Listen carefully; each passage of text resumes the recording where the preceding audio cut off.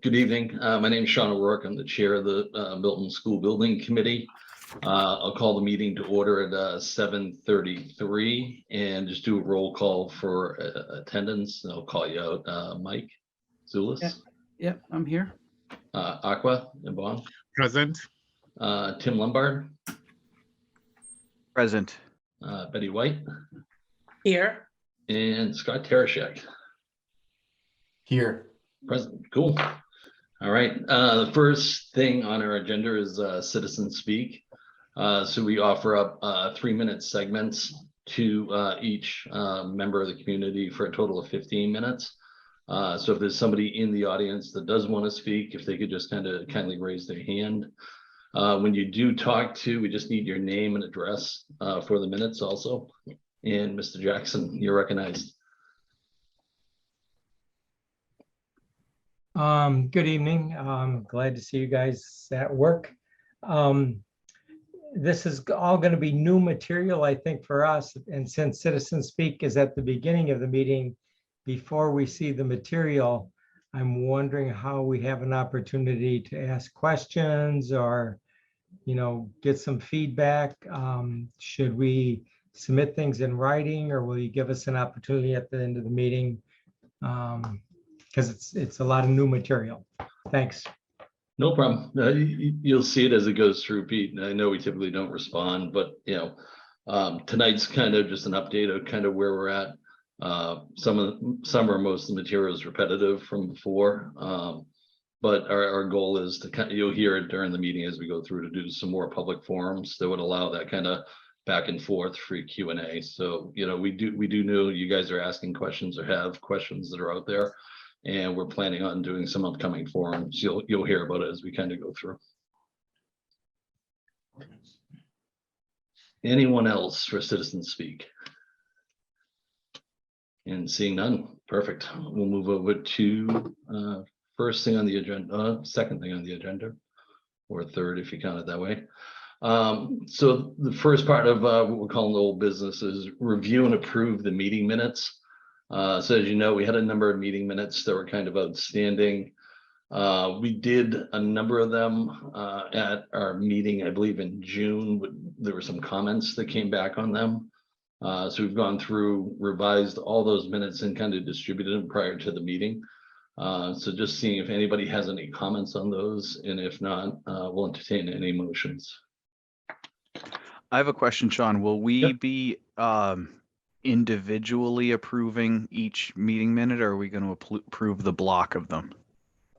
I would assume if there's no comments on them, it would just be the block of them. If we have to, and I'll defer to Mike, if we have to go, each one by each one, I'm fine doing that also. I mean, if the members are comfortable voting for the block, then it seems to me that would be fine.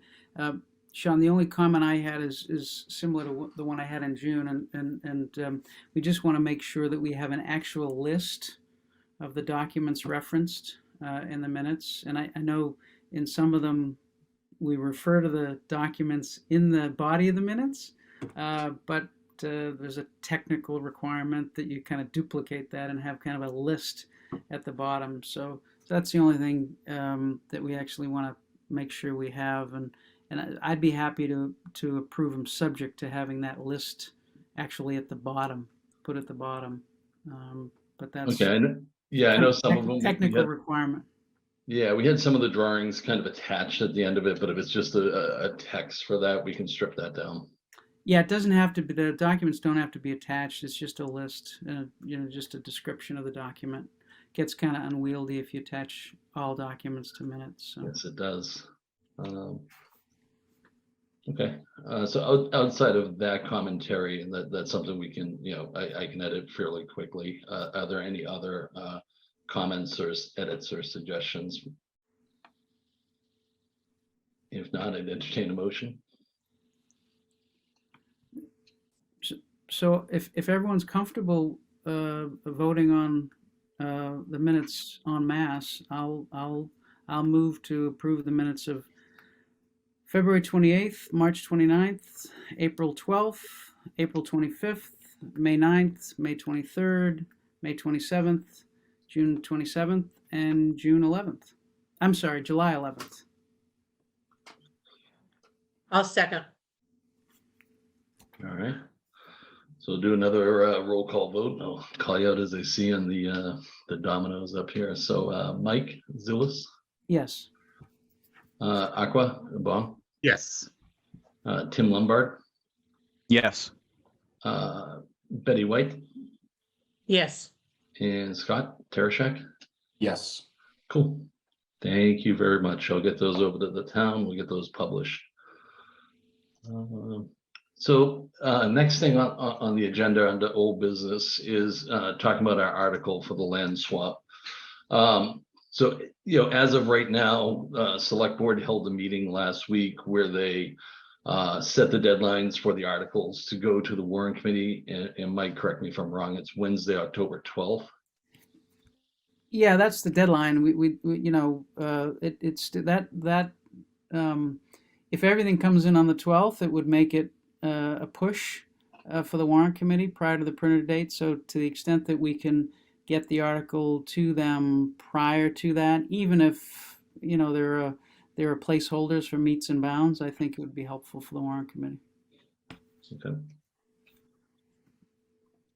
So, yeah, typically similar to last time, Mike and myself, we were working with town council, kind of drafting the language for the article, which we'll want to get in front of us so that, we can get the prior approvals before we present it.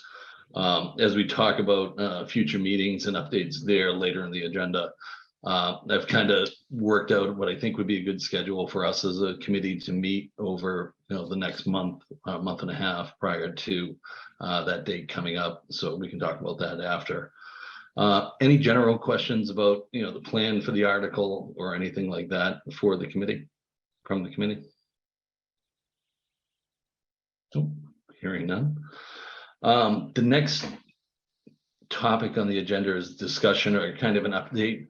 So the last time we met, we did, we took a vote for professional services from BSC Group. They're currently working on a price. I was hoping we'd have it by tonight, so essentially we could execute their contract. But they're still waiting to get that information to us for a price.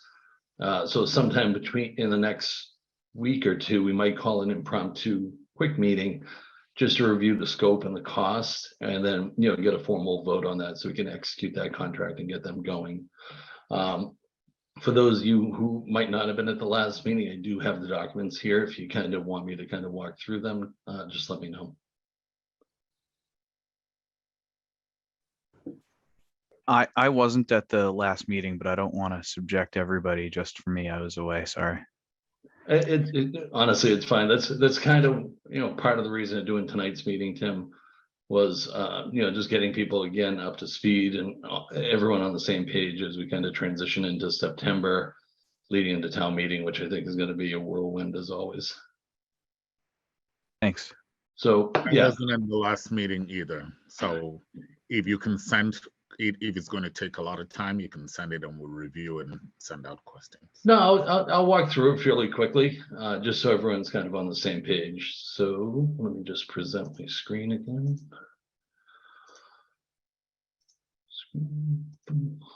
That's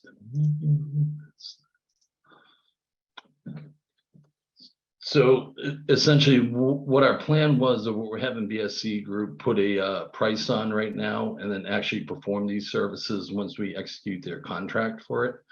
The first step is, on the parcels that we're looking at. So the map that we're looking at here is the Guile Road land swap that we talked about last year. On the right-hand side of Guile Road, on this side, is the conservation parcel. On the left-hand side of Guile Road that comes down here is the parkland side. So the first thing we're asking BSC Group to do is go through and survey the boundaries of the wetlands that exist out there right now. And from our understanding from site walks that we did, there are essentially three of them. There's the boundary that was listed here on the prior documents that we got in 2000 when they extended Guile Road down through. There's a body of water, like a small pond up here, which we identified as, item number 2. And then Steve Ibis, when we met with the Conservation Commission, did a walk, noted some potential wetlands that could be along Gow Road, approximately right here. So the first step for BSC group is kind of define where these boundaries are. And as far as I see them, they're constraints for us for essentially our next step. So once those boundaries are picked out, we've asked BSC group, their civil engineering team, to basically design what I show here very roughly as a conceptual road, or the realignment of Gow Road that we talked about. And basically, I had discussions with them today. The intent is to try to move Gow Road as close to the boundary to the wetlands as possible, that we can, to kind of free up more of the park parcel so we can merge it with a smaller portion of the conservation land. So essentially, the next step that we're asking them to do, or the scope that we're asking them to do, is kind of design this road. The step after that is a boundary survey of what remains of that park parcel. So basically what is remaining there, so we can kind of know the delta of the parkland that's going to be utilized for our project. Then after that's kind of established, what we're doing is a physical flagging of boundaries on the conservation land. And I'll walk you through these. So the first one, as we discussed, or we've changed our design, is a 300-foot buffer from Blue Hills Parkway. So there's going to be a set of flags that will run across the parcel at 300 feet. So that's our kind of boundary for what we're leaving as conservation land, everything shown in green. The second is essentially boundaries for 50-foot offsets from the boundary line from Home Inc. that you see here. And essentially what they are is 50-foot increments as you go in to the land. And again, these are visual markers that will be out there. My full assumption is with the Conservation Commission, we'll be doing another site walk sometime this fall.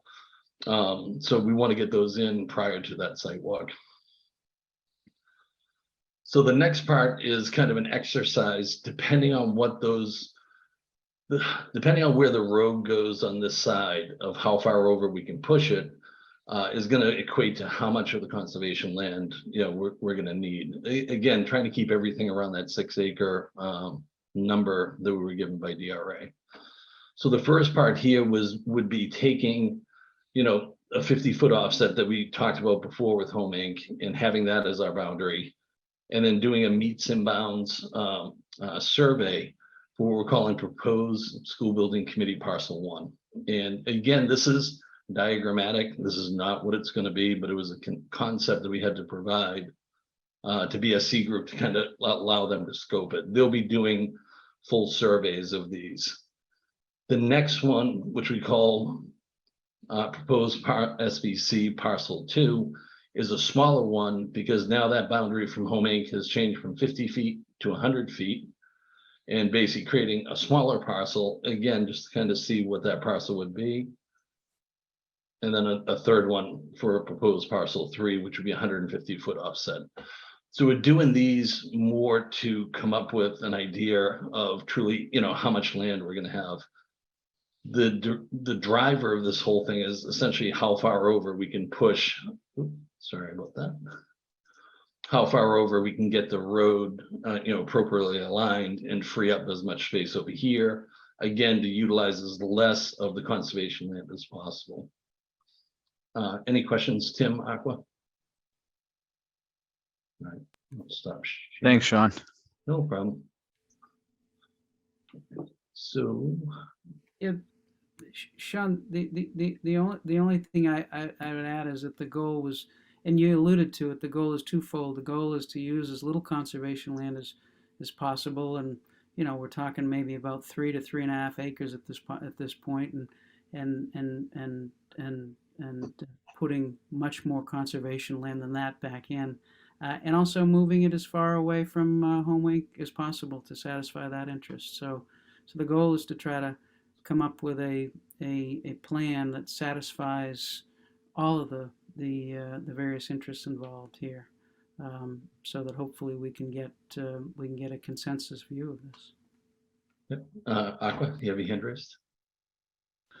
I'm wondering, are we also considering the space between the other side, the as we move this, we get closer to my neighborhood. Are we considering tiering the 50, 100, and also additional buffers?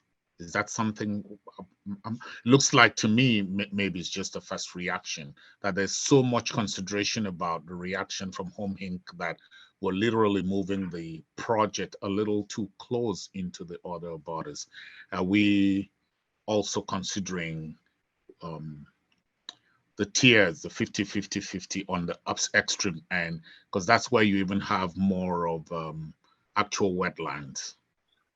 I'm Yeah, not sure let if me, I'm right here or if you understand what I'm asking. yeah, no, I do. Let me pull pull it back up just to make sure I'm understanding what you're saying, because for me, graphics work a lot better. Yes. So what So you're saying, to the go ahead. far left, we seem to have fixed the boundary closer to the Pine Brook neighborhood. We've moved the entire project that way. And my initial understanding, the way it looks to me, is that we're giving more than adequate weight to Home Inc. and we're tiering 50, 50, 50 coming in for Home Inc. And there's no consideration to the Pine Brook area. And that's where the current real wetland stays. The area that we're creating buffers, actually dryland. I know this neighborhood because I live there. So Like the I area said, we're actually considering to the left is where there's real water. yep. Yeah. Yeah, part of what we're trying to do with that is, like we said, we're identifying that first boundary of wetlands that are there. So my understanding is, as they define the wetland boundary, there's a buffer zone associated with that 100-foot buffer zone. So the first 25 feet of that buffer zone, they consider a no build zone. So obviously we'd be doing nothing within that 25 feet. The next 75 feet is buildable, for the road and stuff like that. And those are kind of some of the concept we're coming up with for the road right now is it wouldn't be finalized, it wouldn't be permitted or constructed. It's there again to kind of define, the boundaries that we'd be looking at. And then as we get into construction documents, we'd be designing that road. But the intent isn't to push it into the wetlands or anything like that. No, but what I'm saying is I see huge consideration here, 50, 50, 50 feet moving, but there is really no consideration on the left side. Should we be looking at that for equity purpose? It just looks like the project was initially thought of on the far right, and now we're moving it and creating more and more consideration. So we have the blue, the purple, and the yellow line, and we're going to consider those three types of possibilities. Would it be fair to also consider it from the other end, or are we going to wait until those ones mount legal pressures like the Home Inc. did? Yeah, I mean, my take on it, and I'll open it up, to the committee to discuss too, of, just looking at, the 50-foot boundaries that are here and the planned school being at this location. There's, between, where the proposed road would go and the brook, not just the wetland boundary, but the brook, looks to be over like 200, 250 feet.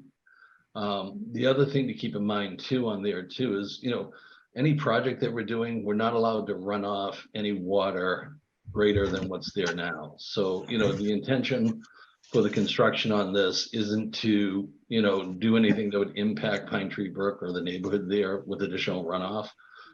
There'll be supplemental studies that we have to do. Our architect informed us of that. That, essentially whatever is there now can't be, our project can't increase any of that runoff. So for the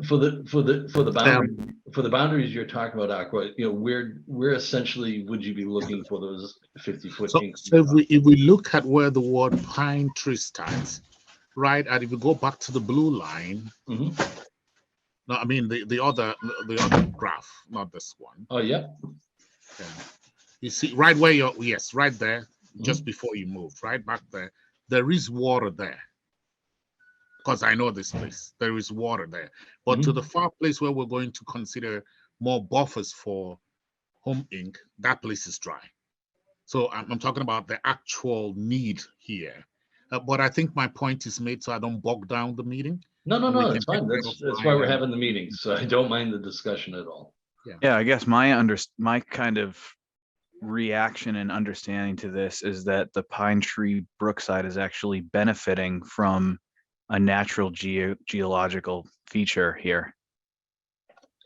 You know, they have more built-in buffer than Home Inc. Now, Home Inc. kind of has, you know, like Sean said, we'll consider these gradients of buffer zones, but Pine Tree Brook has the fixed benefit of geological features creating a buffer zone for them. Yeah, and I think that when we're talking the buffer zone, and Aqua, correct me if I'm reading your commentary wrong, but you're not talking a physical distance away from the neighborhood or the brook that's there. You're specifically referencing the wetland boundary that will be there and the delineations off that wetland boundary. Is that correct? that's correct. I'm thinking after the actual wetlands, how much boundaries are we allowing for each end? And considering that the initial thoughts were at the far right, and that we're slowly, not moving a little bit, we've entirely moved the project to the far left. Mhm. And as one who actually knows this place, all of us have walked it. When it rains, all these places we're showing, it's going to be fully flooded. Let's really consider that. If not, even the roads were it seems like we're bending over backwards for the demands of the Home Inc. in without consideration to the other neighborhoods. But I think I've made my point. I think we Yep. can discuss that offline so that we can make progress in the meeting. Yeah, no, no, no. Honestly, this isn't bogging down the meeting at all. This is exactly the type of discussion I like having. And you're painting a picture of exactly, you know, with this project, we're cornered in by three concerned neighborhoods, Blue Hills Parkway, Pine Tree Brook, and Home Inc. And what we're trying to do is, make make adjustments to what we're doing to kind of do our best to make everybody happy.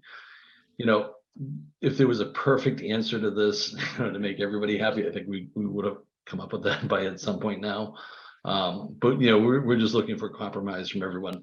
Your point is noted, and that's one of the things. That's the reason why I wanted the surveyor to do multiple boundary surveys on there, because I do want to have a little bit of flexible room. For example, if we had to shift that road further over, as you're suggesting, we might not go with the smallest option that's there. We might want some flexibility for something else.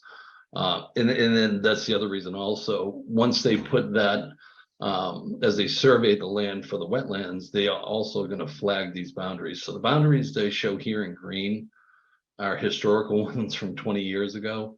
Talking to the Conservation Commission, if anything, these have expanded, but I just showed them for reference. So again, as a scoping document to the engineers, they would kind of know, again, a picture is a lot easier to work with in these situations than trying to put it all in words.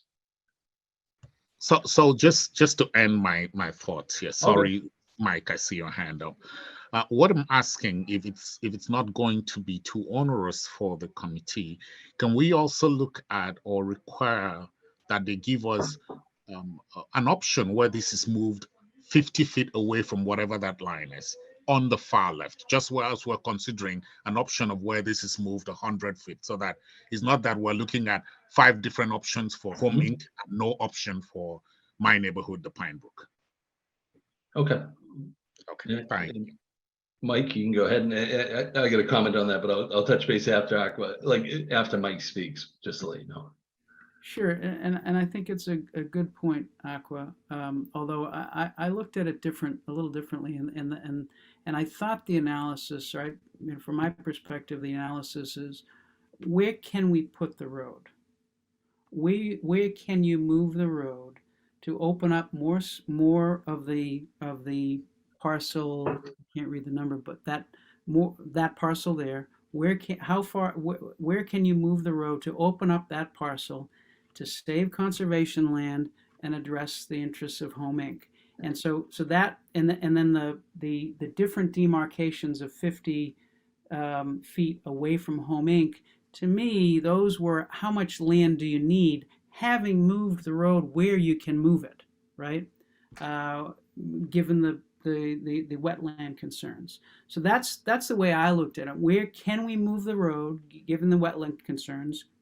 And then how much space do we need, and how much of a buffer can we create for Home Inc., having also created the buffer, the frontage buffer, and the buffer way over to the kind of reverse hockey stick over to the right there, which is going to be all maintained, right? Maintained conservation land. So that was the way I looked at it, was how, where can you put the road, and then how much space do you need based on where you put the road.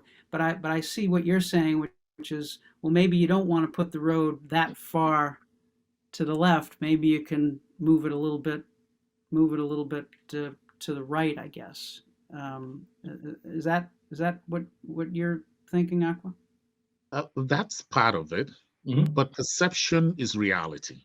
The entire presentation to me looks like we're considering just Home Inc.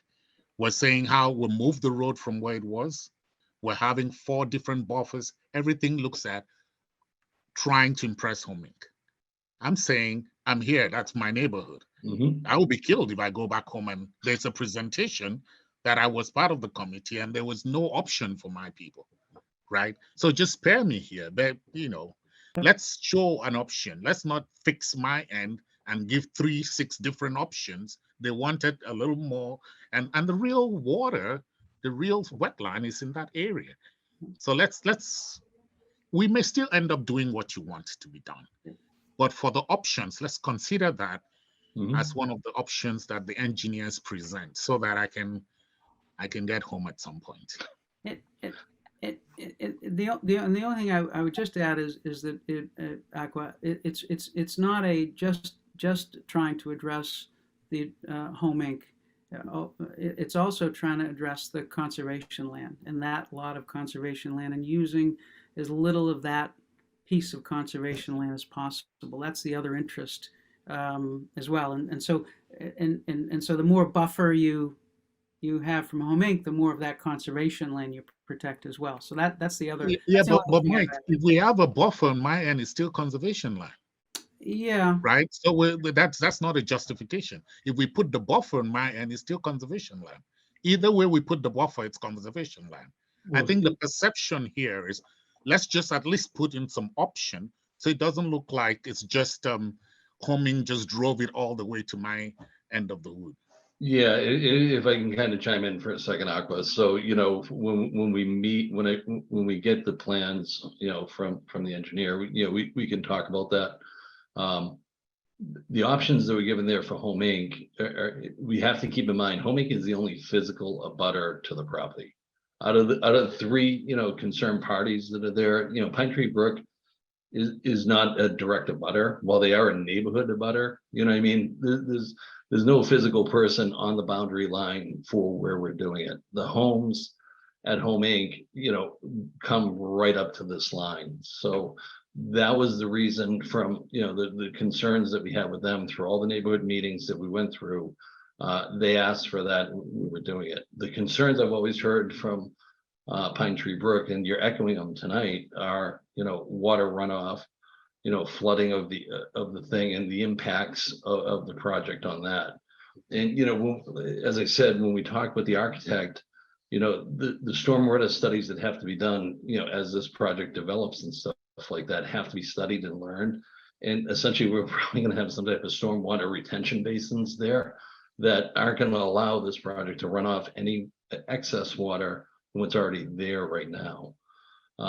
So, the options that you're talking about, just be clear for everybody, is, the setbacks that you're talking about is for, boundaries from the wetlands for water runoff. The setbacks that are there for Home Inc. are there for physical setbacks, for someone living there, looking out their window and seeing a school. So whatever the reason is, we all understand the pressures I'm talking about here. Let's just add that as an option. Let's pay for them to do that study. We will choose whatever works. But let's not present this without an option showing that we considered, what if we move this 50 feet away from my folks to the right? It would not just, it wouldn't work well. I mean, that we all looked at it, we moved it 50 feet, we moved it 100 foot, we moved it 150. How about ours? We, at the end, it will be, I'll be able to say, we looked at both ends, and this is where we arrived, and we made an effort, right? So just if we have the funds for it, let's just add one more option there to be studied. I think it'll be a lot easier for us to sell. Okay, yeah.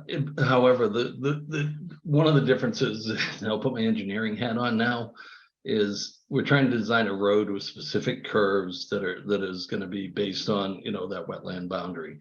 Is there a specific setback from the wetland boundary that you'd be comfortable with?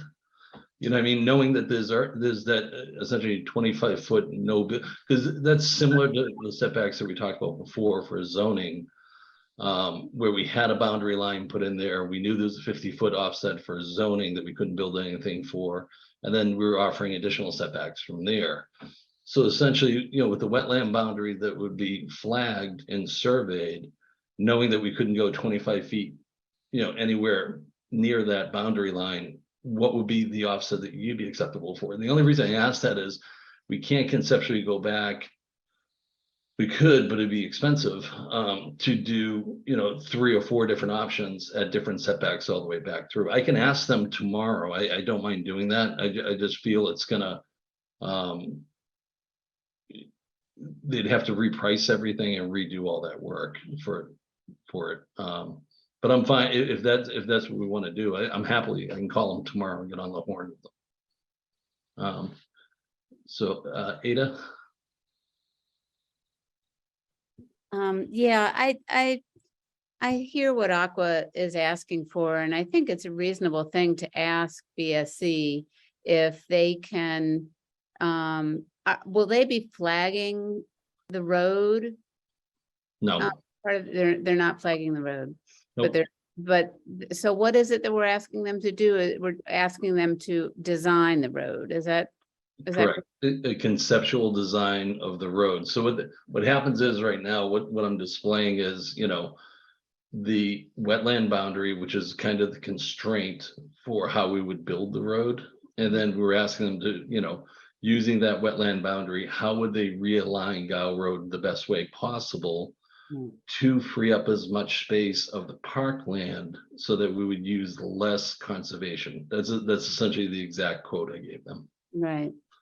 So I guess what I'm hearing Aqua suggesting is, you know, is it possible to ask BSC to consider 2 possible placements of the road, one 25 feet from the wetland boundary and the next one being 75 feet. So there are 50 feet in between those 2 options. In a similar way to the 50-foot increments that we're talking about from the Home Inc. border. Okay. Tim, you have your hand raised? Oh yeah.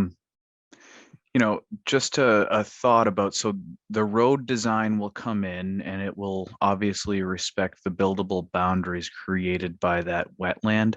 And I hope that we will, through that design of the road, also have an opportunity to describe to the Pine Tree Brook folks who are concerned, probably primarily with that water runoff, which we have a mandate not to increase the runoff, but maybe this design could also be an opportunity to improve the water management in that area. I don't know if it's bioswales or what, but it, you know, at the very least, we're not going to make things worse. We may have an opportunity to improve the area. Okay, thanks. Scott, you have your hand raised? Yes, I was just going to say, I think Aqua's request is reasonable, and 50 feet sounds reasonable. So we'd basically be asking them to draw in the road at whatever the requirement is for a setback, and then what would that road look like if the minimum was an additional 50 feet? Okay.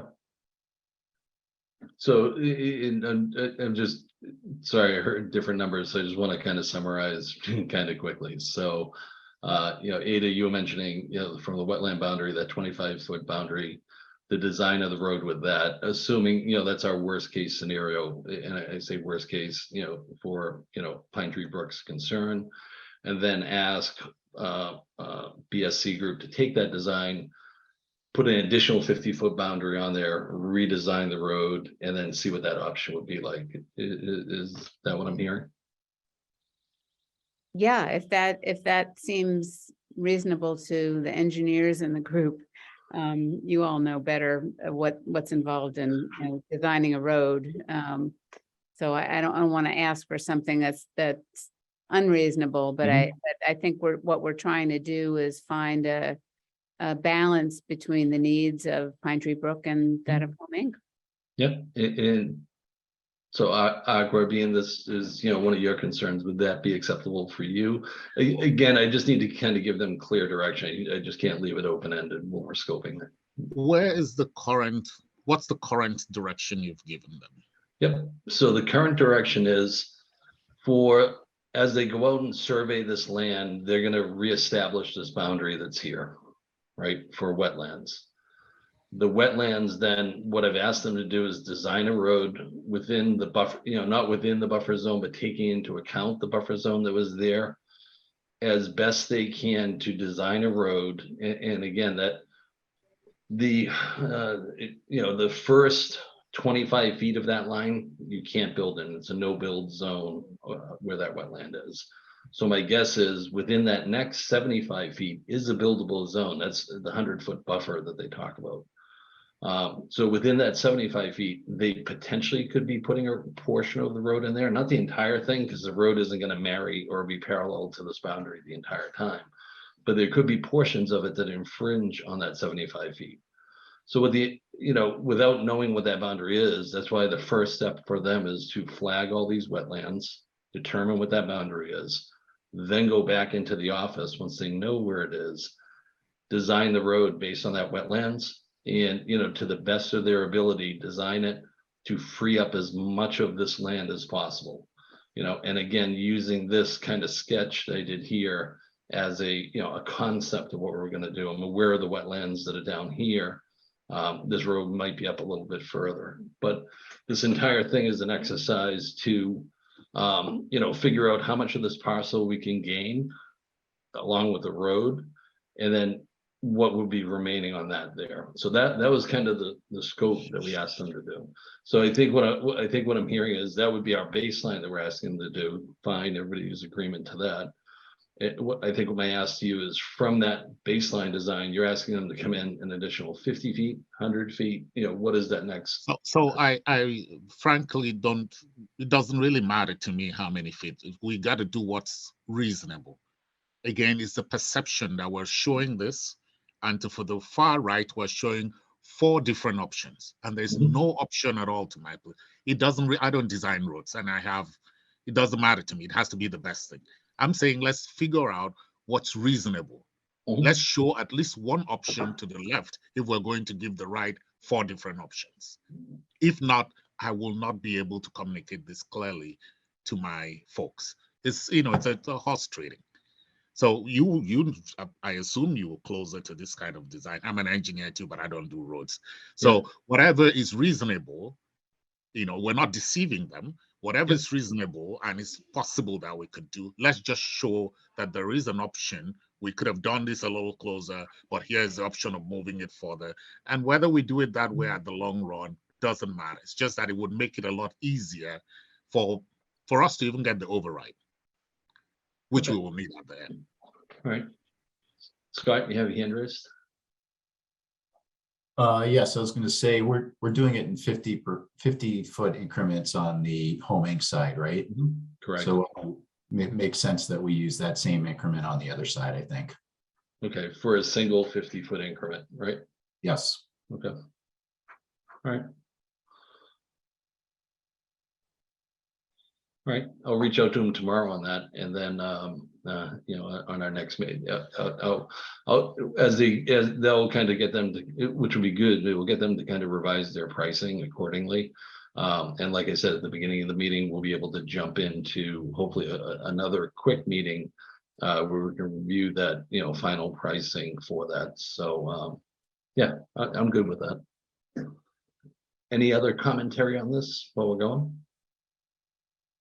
And hearing none, I'll stop sharing my screen. Appreciate it. And so next on our agenda, that was it. We're into new business now. So perfect. So kind of feeding right into that too. Depending on it, most likely, you know, from the initial numbers that I was hearing about from BSC Group, we might have additional funding still left over. So we'll be able to fund this with our available funds, which is roughly, I think, about $27,000. So with this, whatever available funding we have left over, my hopes would be, and I'm putting it out there for everyone now to kind of discuss too, of whatever one of those parcels we kind of come up to, or a potential in each one of them. We work with DRA, DRA again to come up with some conceptual designs of, you know, what the program would look like on those sites. So I'm just putting it out there again for folks' discussion. If you need me to, I can pull the plans back up too. Yeah, Scott. Just thinking maybe we have them come up with one design that we just can move around depending, instead of multiple designs. It won't change that dramatically from, you know, 50 feet in one direction or the other. That way we're not spending too much on it. Yeah, good idea. Basically a modular design, like pieces that we can move. Got it.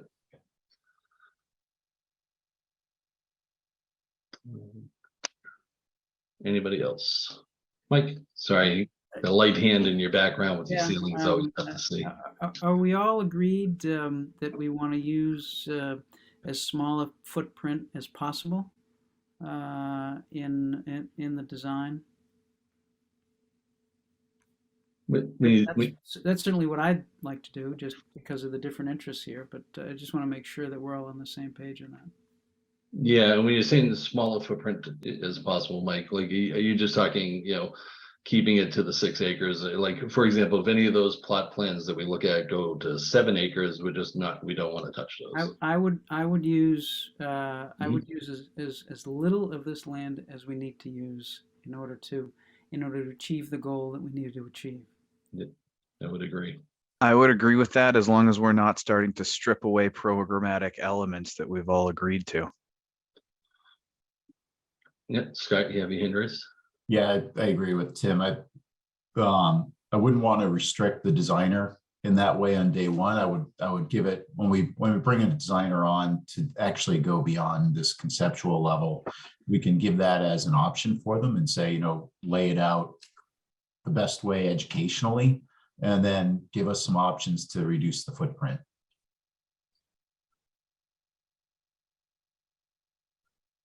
Just taking notes, sorry.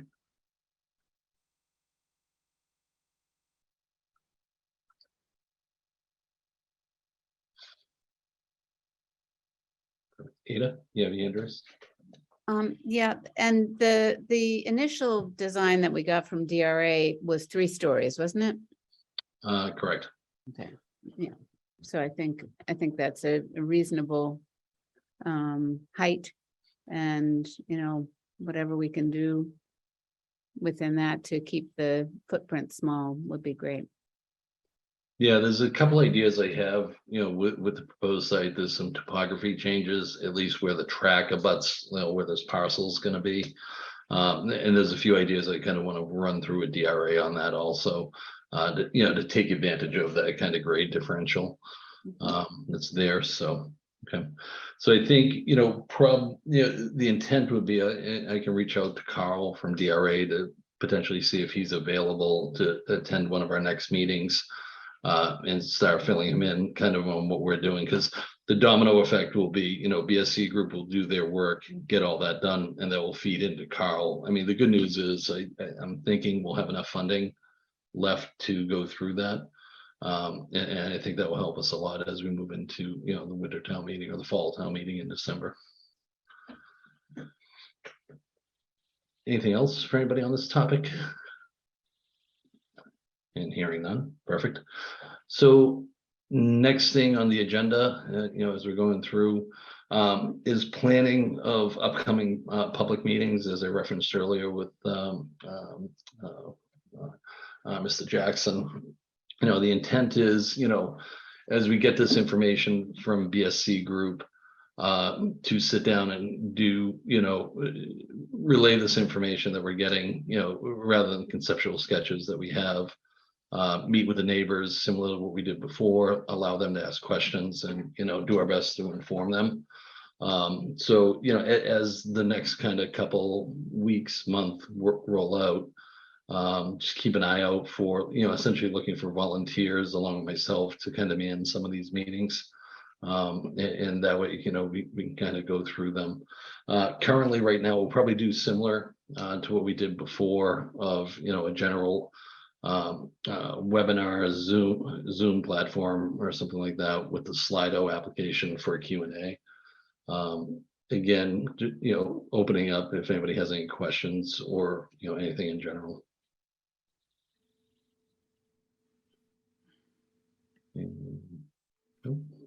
Mike, sorry. Yes, sorry. So Sean, I would begin those sooner rather than later, even before we Yeah. have all of the boundaries set, the boundary options. So I would do it sooner rather than later, recognizing that in September we'll have to, if we follow the same route, which I expect we will, as we did before, which is park commissioners, conservation commission, and warrant committee. So we're going to want to get as much feedback from the additional feedback from the neighbors on this new concept as possible. So I would do it, as soon as we can. Okay.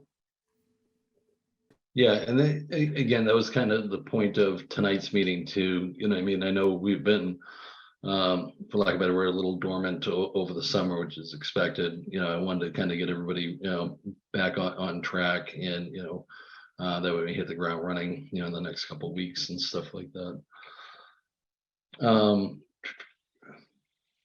In regards to anything else, in regards to these upcoming meetings, or we're good? Sounds like we're good. Perfect. So I believe, let me just go back to the agenda. I apologize.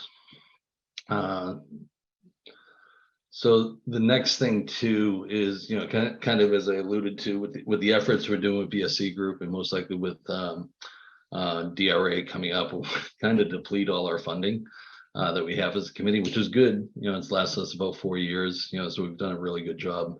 Most likely in May, we'll have to start planning a request for future funding.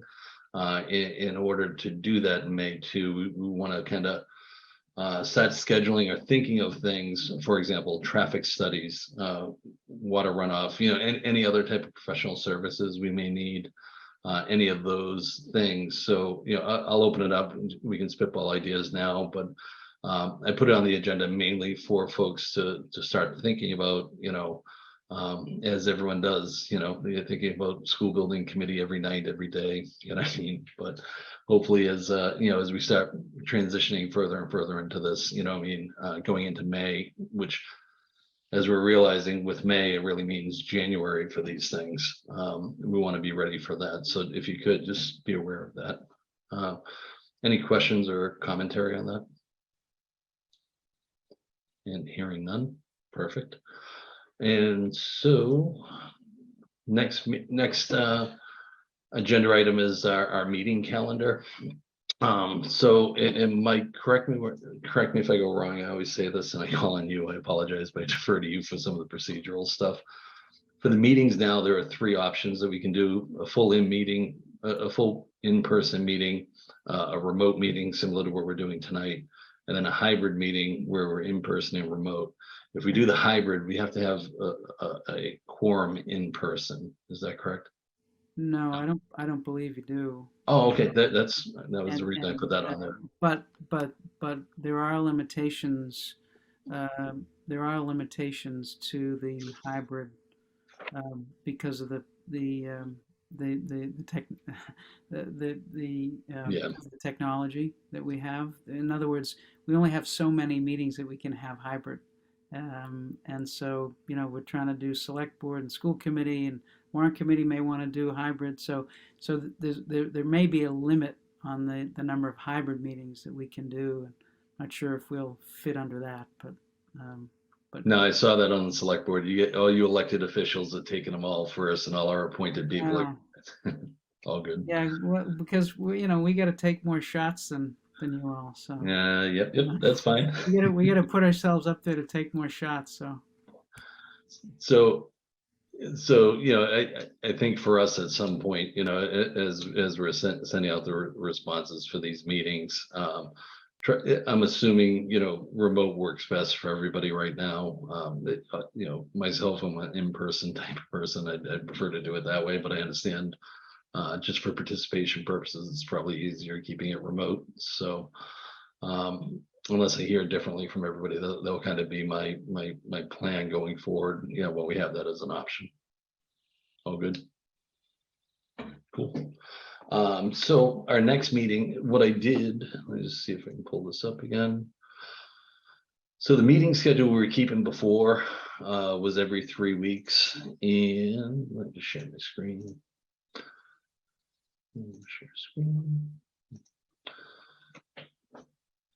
So what I was looking at is, having our meeting tonight, and then basically if we continue a schedule every 3 weeks, it's going to be a little harder. So I'm thinking every 2 weeks, kind of leading up. The deadlines I got on here are October 12th, which is the date the articles due.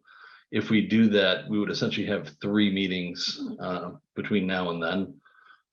So, for now, that's probably the rhythm that I want to keep our meetings at, every 2 weeks, at least for the remainder of the year. So I just want to check with everybody and make sure, Monday night, 7 o'clock, every other week sounds like a good plan for everyone.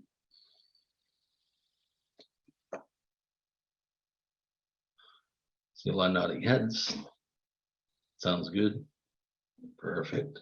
Stop sharing, and I'll share this document with everybody so they can kind of run through and see. The red are kind of important dates. As we get some of the other meetings on there, all populated again as a central spot for everybody to kind of see what's going on when and where, so you don't have to rely on email correspondence to set it up.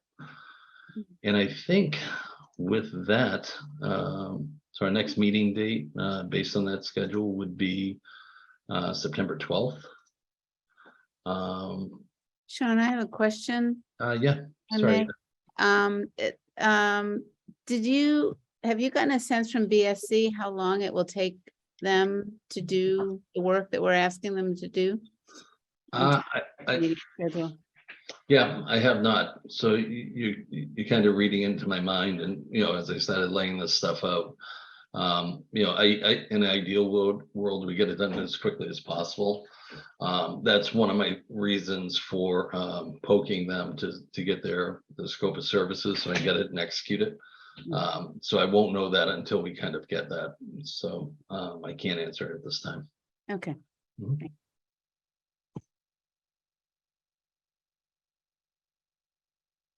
So with that, we kind of come to the end of the agenda. I think I spelled adjourn correctly this time. So